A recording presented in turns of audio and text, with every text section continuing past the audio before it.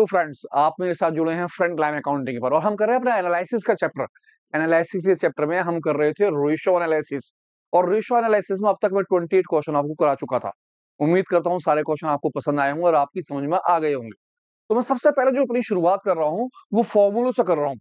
अभी तक के जो हमने क्वेश्चन करे और जो हम आने वाले क्वेश्चन करने वाले हैं उनमें हमने कौन कौन से फॉर्मूले इस्तेमाल करे हैं। तो हमारा जो सबसे पहला फॉर्मूला इस्तेमाल हो रहा है, जो बहुत जरूरी है, जो हमें याद रखना है, वो कौन सा है? वर्किंग कैपिटल का। आप जानते हैं वर्किंग कैपिटल का मतलब होता है current assets minus current liability. अब जो मैं फॉर्मूले लिख रहा हूँ वो आप एकदम रट लीजिए, अच्छी तरह से याद कर लीजिए, क्योंकि जब तक ये फॉर्मूले याद नहीं होंगे आपकी समझ में कुछ नहीं आने वाला। जैसे कि वर्किंग कैपिटल का मतलब क्या हो गया? Current assets minus current liability. इसी तरह टोटल डेप्ट, टोटल डेप्ट का मतलब होता है नॉन करंट लायबिलिटी और प्लस करंट लायबिलिटी। जब हम इन दोनों को ऐड कर देते तो वो टोटल डेप्ट कहलाता है। इसी के साथ साथ हमने देखा करंट एसेट्स। अगर आपके पास क्विक एसेट्स दे रखी है वो, तो आप उसके अंदर इन्वेंट्री को जो है प्लस कर लें और प्रीपेड को प्लस कर लें। इस तरह से आपका वो जो क्या कहलाएगा, वो करंट एसेट्स कहलाएगा। आप चाहें तो क्विक एसेट्स भी निकाल सकते हैं। अगर आपके पास करंट एसेट्स दी है तो आप इसमें से इन्वेंट्री, जो आपकी इन्वेंट्री है इसे, और अपनी प्रीपेड जो है उसे क्या कर दीजिए? माइनस कर दीजिए। तो आपके पास क्या निकल के आ जाएगी? क्विक एसेट्स आ जाएगी।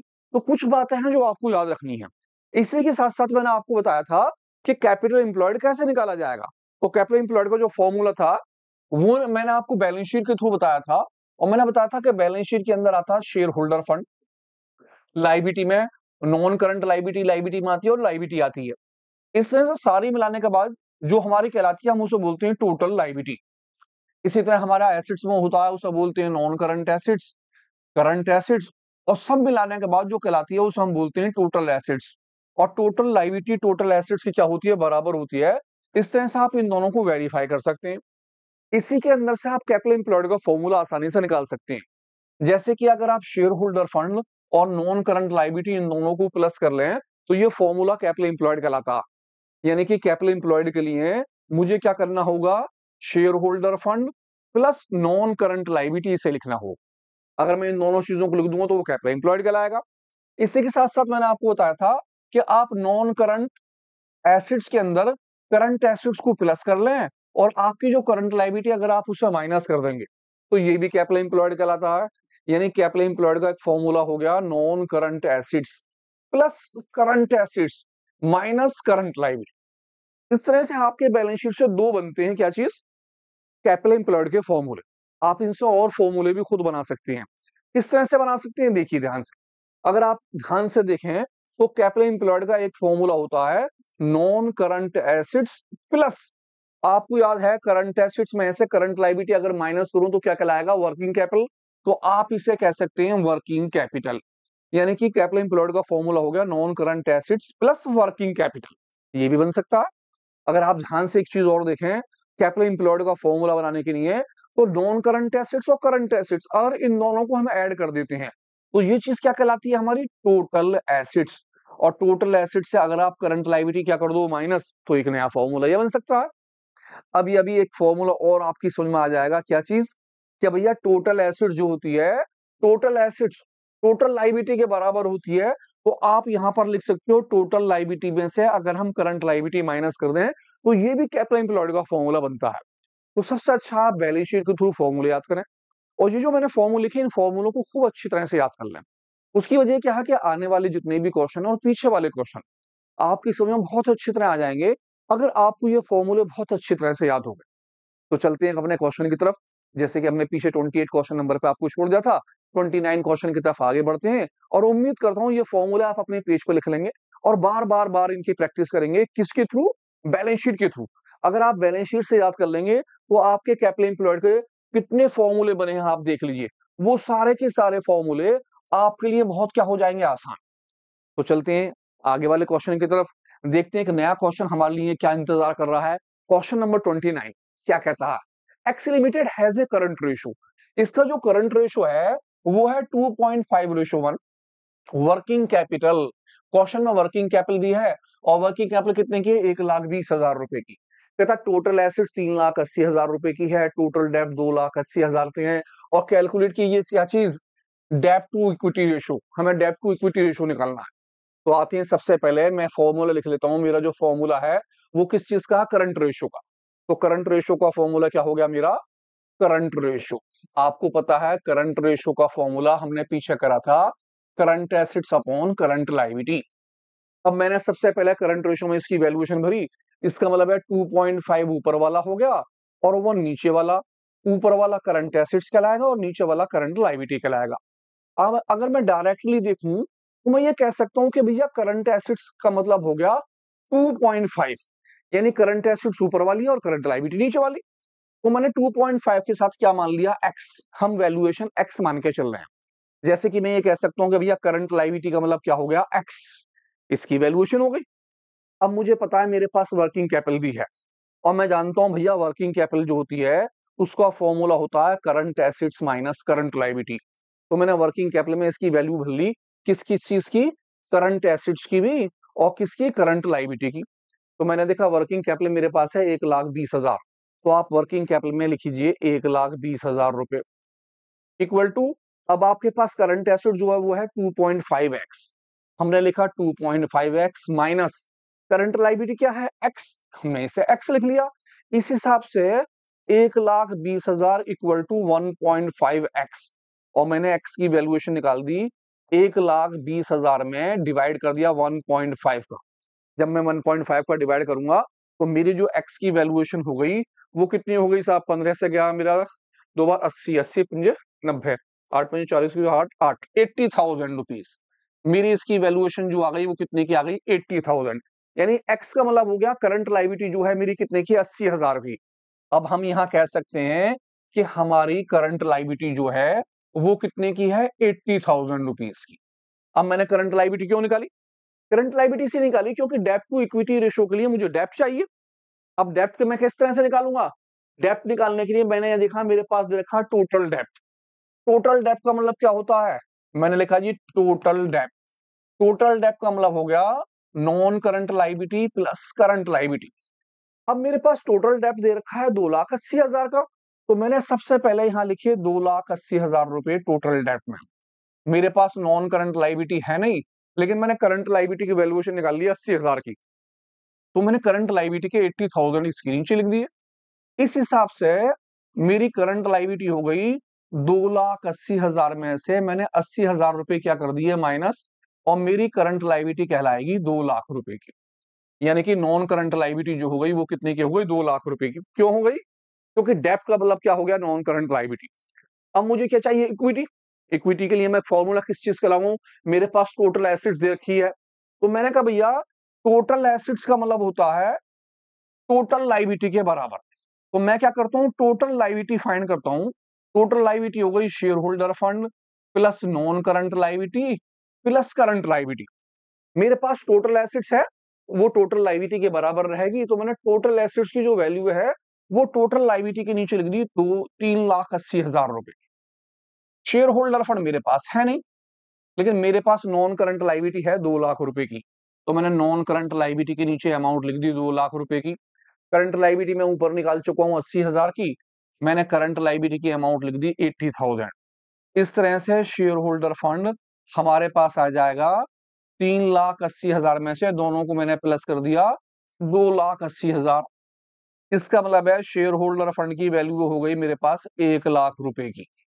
अब मेरे पास नॉन करंट लायबिलिटी भी है, मेरे पास शेयर होल्डर फंड भी है। मैं आराम से डेब्ट टू इक्विटी रेशो निकाल सकता हूं। तो मैंने सबसे पहले अपना फॉर्मूला लिखा डेब्ट टू इक्विटी रेशो का।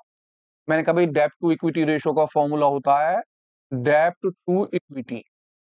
बहुत आसान फॉर्मूला है।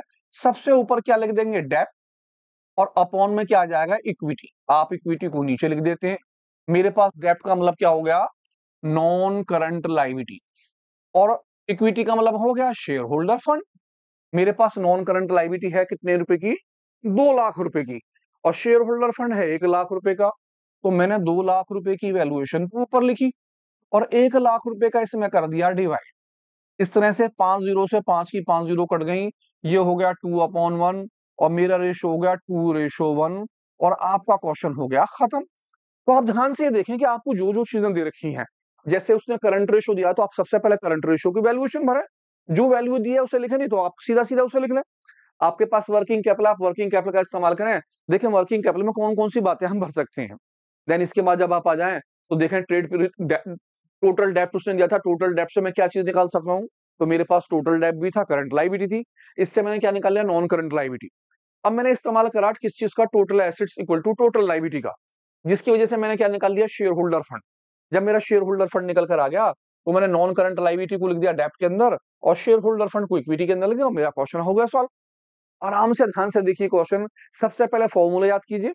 फॉर्मूला याद करने के बाद ये ध्यान रखिए कि आपको कौन कौन सी बातें हैं, जैसे कि आपके पास क्या है, वर्किंग कैपिटल, इसका फॉर्मूला क्या होगा, जैसे कि टोटल डेप्ट, इसका फॉर्मूला क्या होगा, जैसे कि टोटल एसेट टोटल लायबिलिटी के बराबर है और टोटल लायबिलिटी इस तरह से निकालेंगे। ये छोटी छोटी बातें हैं जो भी मैंने आपको पीछे समझाया, आप उस पेज पर लिख लीजिए और याद कीजिए।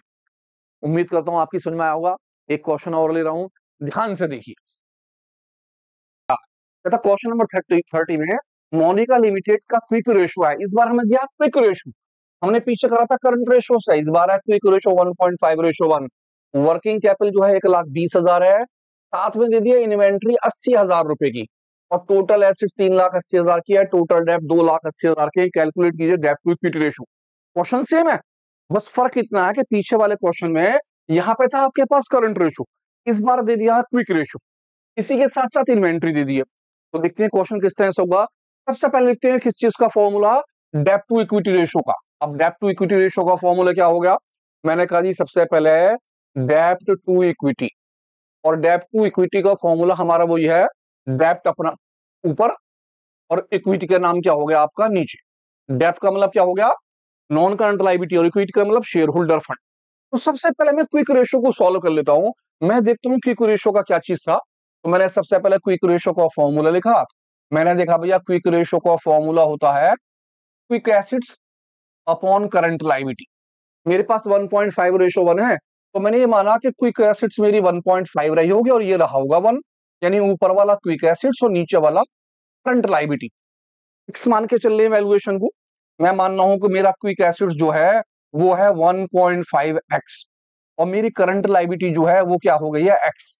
इस तरह से मैंने दोनों को लिख लिया है और मेरे नेक्स्ट नाम जो है वो क्या है, वर्किंग कैपिटल का, और मैं वर्किंग कैपिटल का इस्तेमाल कर रहा हूं। लेकिन वर्किंग कैपिटल का फॉर्मूला जो होता है वो होता है करंट एसिड, कैपिटल का फॉर्मूला होता है current assets minus current liability, और करंट एसिड्स मेरे पास है नहीं, तो मुझे निकालनी होगी क्या चीज, करंट एसिड्स। करंट एसिड्स निकालने के लिए अगर मैं क्विक एसिड्स के अंदर इन्वेंट्री को क्या कर दूंगा प्लस, तो मेरी करंट एसिड्स हो जाएगी। क्विक एसिड्स मेरे पास है 1.5x और इन्वेंट्री मेरे पास कितने की दे रखी है, 80,000 की, तो मैंने इसमें इन्वेंट्री कर दी 80,000 की प्लस। अब मैं इस्तेमाल कर सकता हूं वर्किंग कैपिटल का formula, current assets minus current liability. Working capital question में गिवन कितने का है, 1,20,000 रुपए का, मैंने लिख दिया 1,20,000।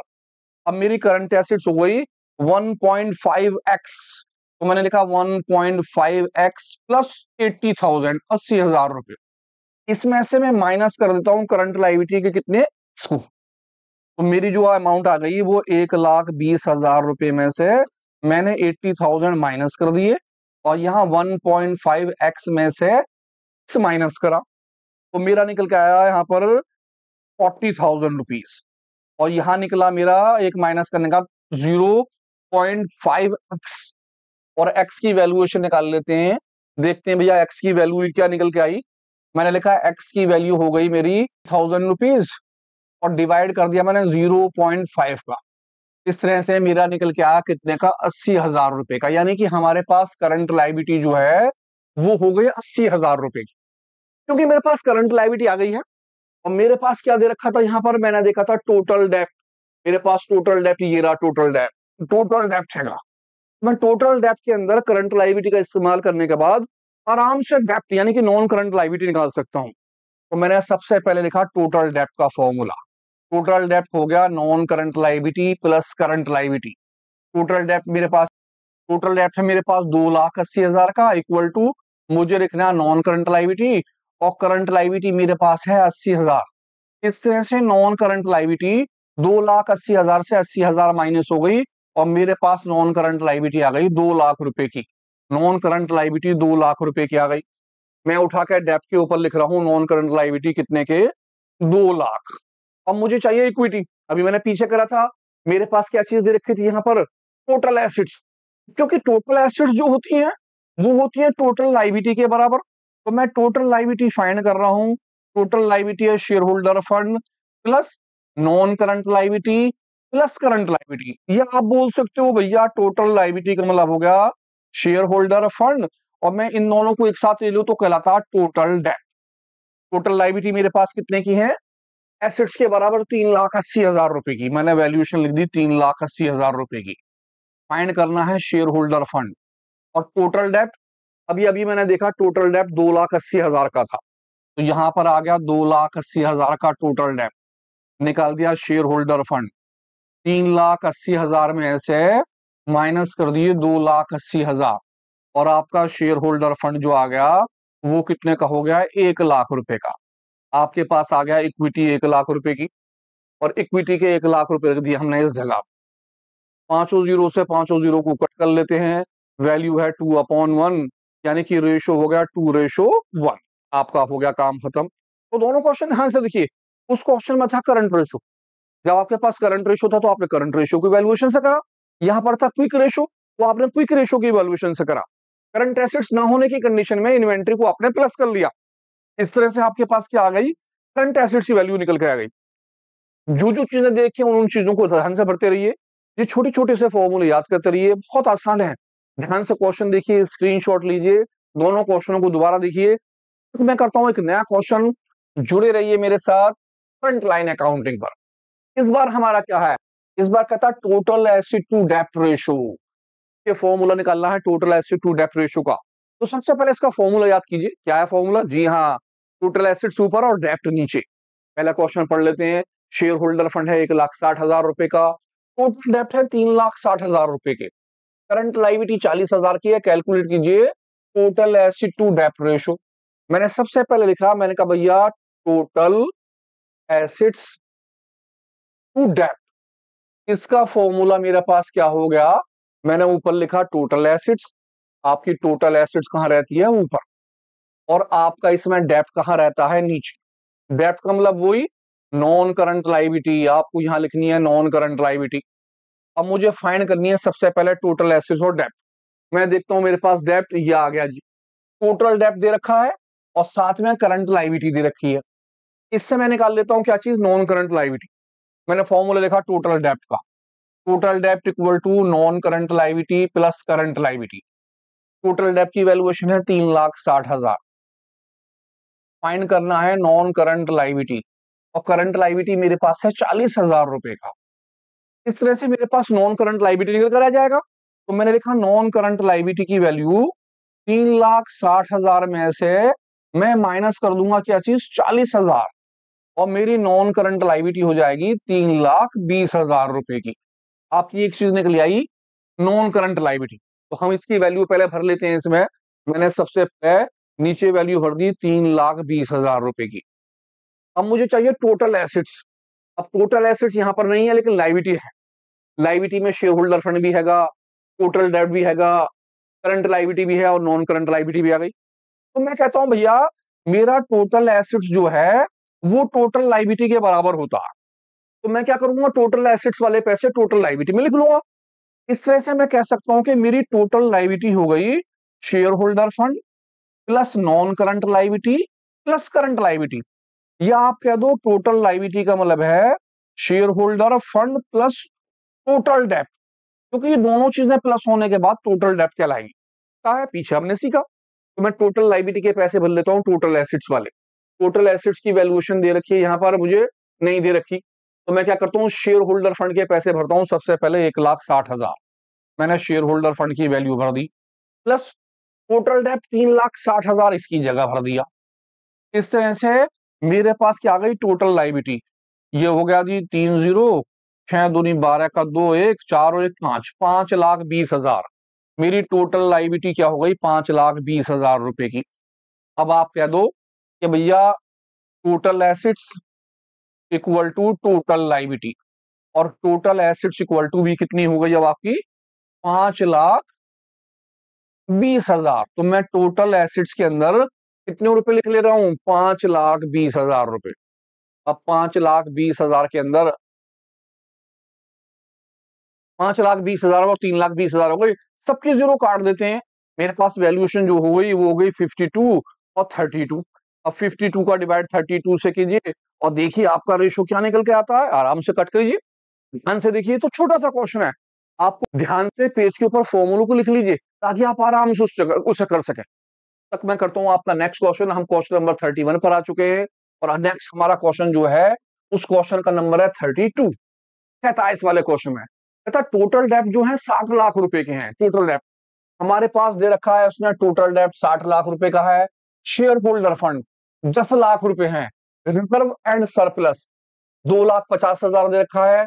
करंट एसेट जो है 25 लाख रुपए की है। वर्किंग कैपिटल का इस्तेमाल भी कर रहा है 5 लाख का। और कहता टोटल एसेट टू डेप्ट रेशियो निकालिए।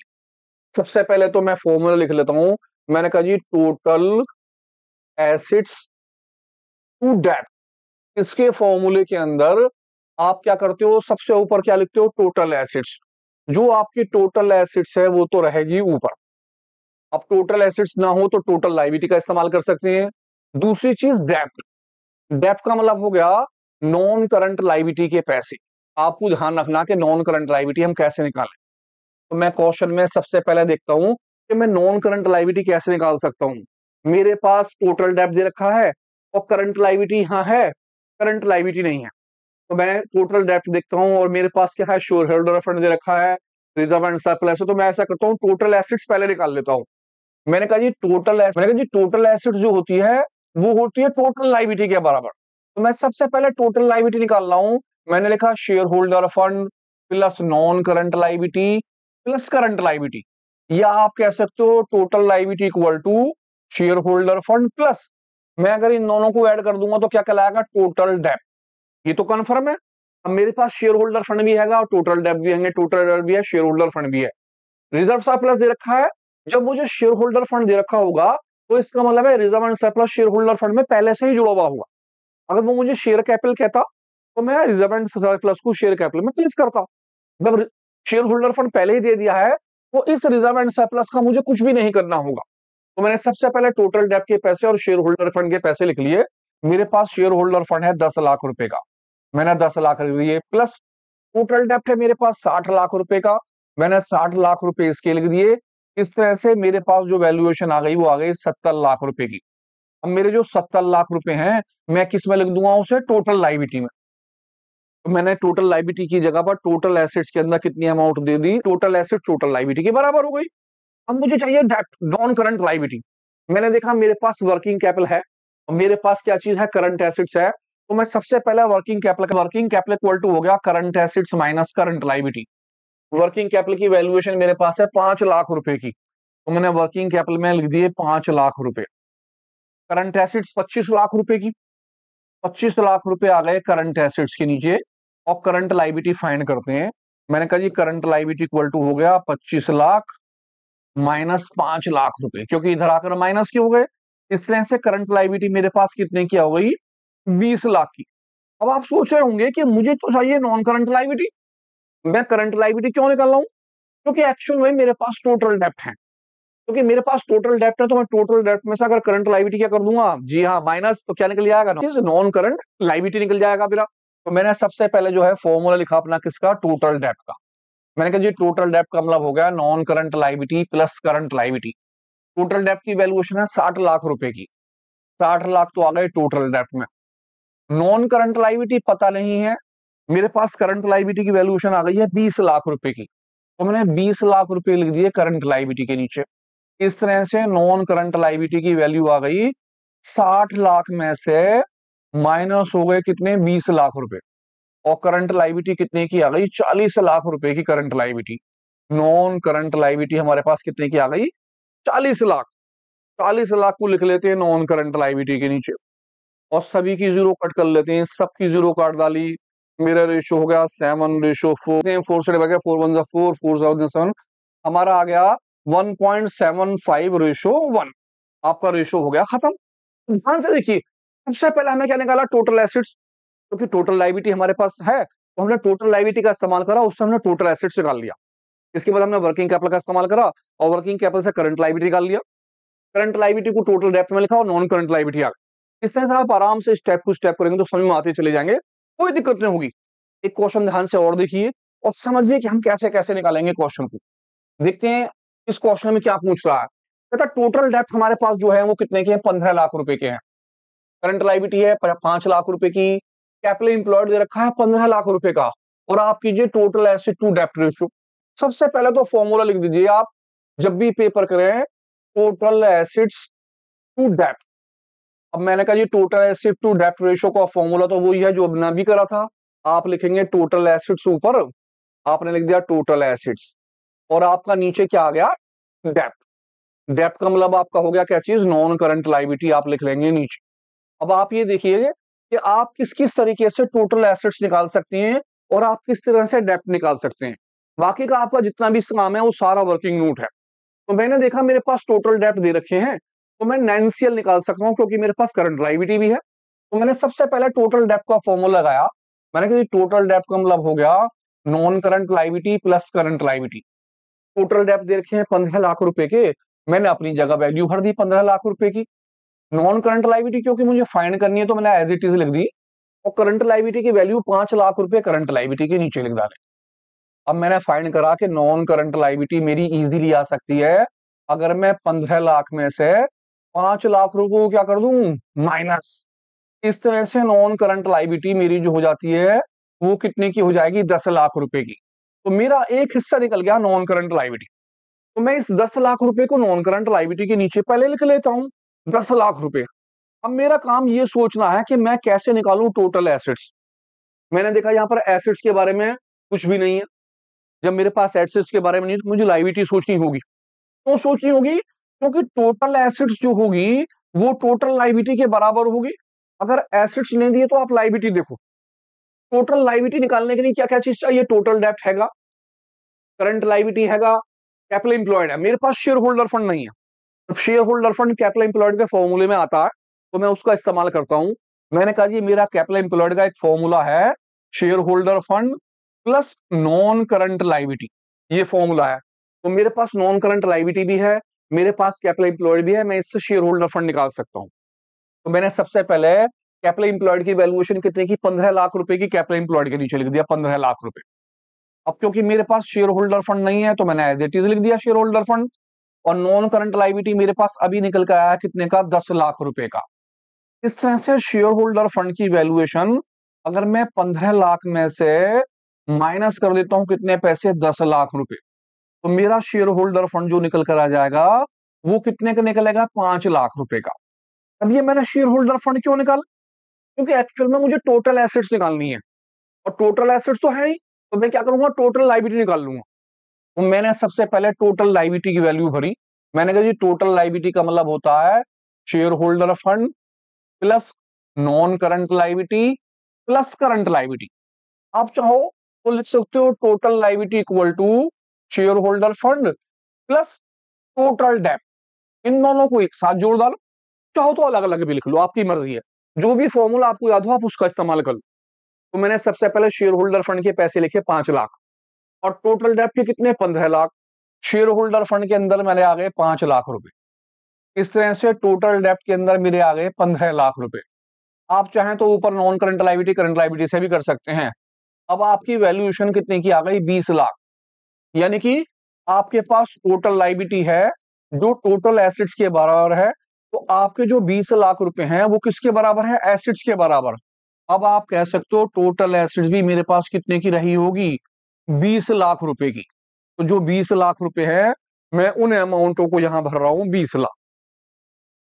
यानी आपको ध्यान से बस ये देखना कि मैं क्या क्या चीज निकाल सकता हूँ। सब जीरो से सब जीरो कट गई, वैल्यू 2/1, आपका रेशो हो गया 2:1, खत्म हुआ छोटा सा क्वेश्चन। बस ये देखते रहिए कि फॉर्मूले में क्या पूछा है। मैं इन चीजों को किस किस तरीके से निकाल सकता हूँ, बहुत आसान है। डेप्थ निकालने के लिए अगर टोटल डेप्थ दिया है तो मैं इसी फॉर्मूले का इस्तेमाल करूंगा। टोटल एसेट्स निकालने के लिए सारे एसेट्स को जोड़ दूंगा। एसेट्स ना हो तो सारी लायबिलिटी को ऐड कर लीजिए। अगर कोई लायबिलिटी नहीं दे रखी हो तो आप ये देखिए कि किस तरह से हम लायबिलिटी निकाल सकते हैं। जैसे कि मेरे पूरे क्वेश्चन में शेयर होल्डर फंड नहीं है तो मैंने कैपिटल एम्प्लॉयड का फॉर्मूला लगाया। एक कैपिटल एम्प्लॉयड के फॉर्मूले से शेयर होल्डर फंड में इजीली निकाल सकता हूं। और ये मैंने क्यों निकाला, ताकि मुझे ये पता चल जाए कि मेरे पास एसेट्स नहीं है तो मैं लायबिलिटी का यूज करूं। और आपने क्या करा, टोटल लायबिलिटी फाइंड कर ली और जो आपकी टोटल लायबिलिटी आई वही टोटल एसेट्स कहलाई, और आपने आराम से पढ़ा। बहुत मजे से क्वेश्चन, बहुत आसान है। क्वेश्चन नंबर 33 हो चुका है। नेक्स्ट क्वेश्चन कर रहे हैं, क्वेश्चन नंबर 34। देखिए इससे भी आसान क्वेश्चन है, बहुत प्यारा क्वेश्चन। क्या कह रहा है, कहता टोटल डेप्थ। टोटल डेप्थ आने का मतलब आप समझ लीजिए कि आपको यहाँ पर कम से कम कोई ना कोई एक चीज निकालनी है, या तो करंट लायबिलिटी निकालनी है या फिर नॉन करंट लायबिलिटी निकालनी है। शेयर होल्डर फंड दे रखा 2 लाख रुपए का रिजर्व सरप्लस। आपको पता जब शेयर होल्डर फंड दिया हो तो रिजर्व सरप्लस नहीं लेंगे। करंट एसेट दे रखा है, वर्किंग कैपिटल दिया है 1 लाख रुपए का, और टोटल एसेट टू डेप्थ रेशियो पूछ रहा है। यहाँ पर दे दिया आपको वर्किंग कैपिटल, जबकि इससे पीछे वाले क्वेश्चन में था कैपिटल एम्प्लॉयड। कैपिटल एम्प्लॉयड था, अब यहाँ है वर्किंग कैपिटल। तो ध्यान से देखना क्या करते हैं। तो मैं क्या करता हूँ, सबसे पहले टोटल डेप्थ तो है लेकिन करंट लायबिलिटी नहीं है, मैं फॉर्मूला लिख लेता हूँ पहले टोटल एसेट टू डेप्थ रेशियो का। मैंने कहा जी टोटल एसिड्स टू डेप्थ रेशियो। टोटल एसिड टू डेप्थ रेशियो का फॉर्मूला मैंने अभी अभी पीछे लिखा, क्या था, टोटल एसिड्स तो ऊपर आ गई, आपकी टोटल एसिड्स आ गई ऊपर, और नीचे क्या आ गया आपका डेप्थ। आपने डेप्थ के पीछे नीचे लिख दिए। डेप्थ का मतलब हो गया नॉन करंट लायबिलिटी। अब नॉन करंट लायबिलिटी फाइंड करने के लिए सबसे पहले आपको क्या चाहिए, टोटल डेप्थ का फॉर्मूला। करंट लायबिलिटी कहीं पर भी नहीं है, तो मैं कैसे इस्तेमाल करूं। तो मैं क्या करता हूं, वर्किंग कैपिटल का इस्तेमाल करता हूं। इससे क्या होगा, मेरे पास करंट एसेट से मेरे पास करंट लायबिलिटी आ जाएगी। जब करंट लायबिलिटी आ जाएगी तो मैं टोटल डेप्थ को यूज कर सकता हूं, क्योंकि टोटल डेप्थ को तब तक तो इस्तेमाल नहीं कर सकता जब तक कि नॉन करंट लायबिलिटी या करंट लायबिलिटी ना हो। मैं यूज कर रहा हूं वर्किंग कैपिटल का। मैंने कहा जी मेरे वर्किंग कैपिटल का फॉर्मूला होता है current assets minus current liability, और वर्किंग कैपिटल की वैल्यू है 1 लाख रुपए की। 1 लाख आ गए वर्किंग कैपिटल में, करंट एसेट्स 5 लाख रुपए के हैं, तो मुझे फाइंड करना है करंट लायबिलिटी। मैंने कहा जी करंट लायबिलिटी इक्वल टू हो जाएगा, अगर मैं 5 लाख में से 1 लाख रुपए कर देता हूं माइनस, तो मेरी करंट लायबिलिटी आ जाती है कितने की, 4 लाख की। अब ये करंट लायबिलिटी क्यों फाइंड करी, क्योंकि मुझे क्या निकालना है, टोटल डेप्थ से डेप्थ। तो मैंने कहा जी टोटल डेप्थ का मतलब हो गया non current liability plus current liability. Total depth की वैल्यू यहां पर थी 12 लाख रुपए की। नॉन करंट लायबिलिटी फाइंड करनी है, उसकी जगह एज इट इज लिख दिया non current liability. Current liability ऊपर अभी अभी आई है निकल के 4 लाख रुपए की, इसे एज इट इज लिख दिया। मैंने कहा जी नॉन करंट लायबिलिटी का मतलब हो गया 12 लाख में से अगर मैं 4 लाख रुपए कर देता हूं माइनस, तो मेरी नॉन करंट लायबिलिटी हो जाती है कितने की, 8 लाख रुपए की। अब आपके पास नॉन करंट लायबिलिटी यानी कि डेप्ट आ गया 8 लाख का।